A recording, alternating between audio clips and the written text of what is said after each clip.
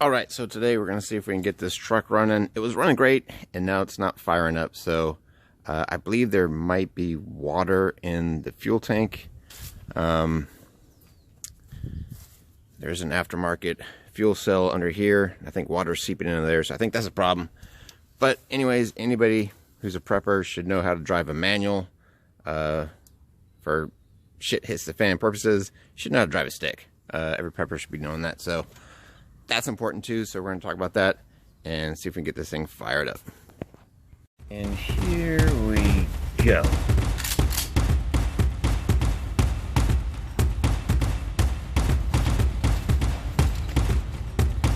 Alright, we got a little bit of a wind going on here. Making your life an adventure.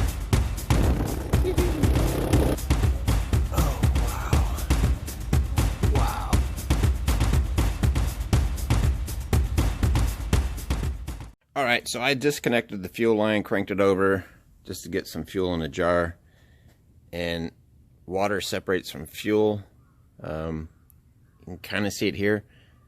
Water sits on the bottom and the fuel will be on top, so basically there's more water than fuel in this gas tank right now, so that's why it's not firing up. So yeah, I'm gonna have to drain that whole tank and then put some new fuel in there. Like, you can just smell the odor's not that strong, so it's more water than gas in there. Like, it's not that potent. So I didn't think that the gas cap was leaking that bad. This is my dad's truck, and he can't drive anymore, so I took it over. And it's been sitting in the garage. It's didn't sit outside. Now it's here at my house. It's sitting outside. We had a lot of rain, so somehow water got into the gas tank. So I'm assuming that's the problem. So we're gonna have to drain that sucker and flush the whole system out, and then put some new fuel in there and see if it fires up. Alright, so this is the aftermarket fuel cell. It's not original to the truck.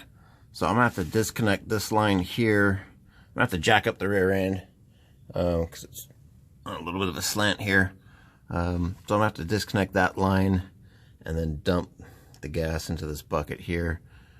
Clean out this whole system of fuel, and then hopefully that'll fix it. Alright, so I disconnected the line, draining out the fuel cell. Yeah, it doesn't even look like gas, it just looks like water, man. I don't know what happened. Shit. So I'll let that drain for a minute, and then I'll reconnect it and get some new gas, and hopefully that'll fix it. Alright, so I just went to the pump. I got some high octane fuel. Put it in the fuel cell. I'm also going to put some of the sea foam in there. That just helps mix together any water that still might be in there with the fuel, because water and fuel don't mix well together. They don't play nice. So this just helps blend it together. So because the pump is at the bottom of the fuel cell, and that's where the water sits, and that's basically what's getting pumped through the line, gas line.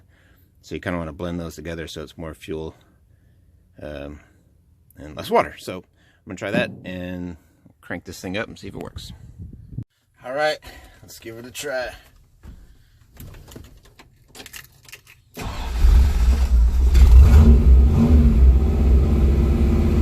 Yeah.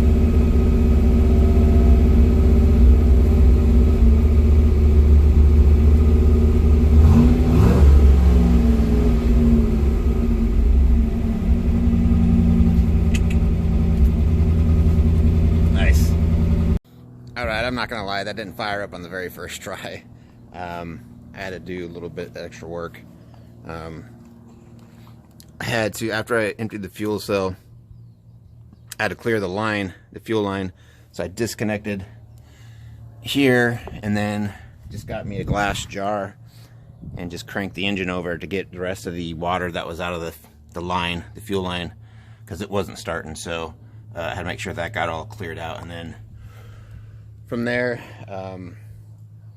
yeah, I just kept trying to start it, and finally, after the water got finally out of the line, then it fired up. So it took a minute, but that's how you do it. If you got water in your fuel cell, you got to drain the tank and then empty the line out, and then hopefully that'll fix the problem. So Best of luck. Now let's go for a ride.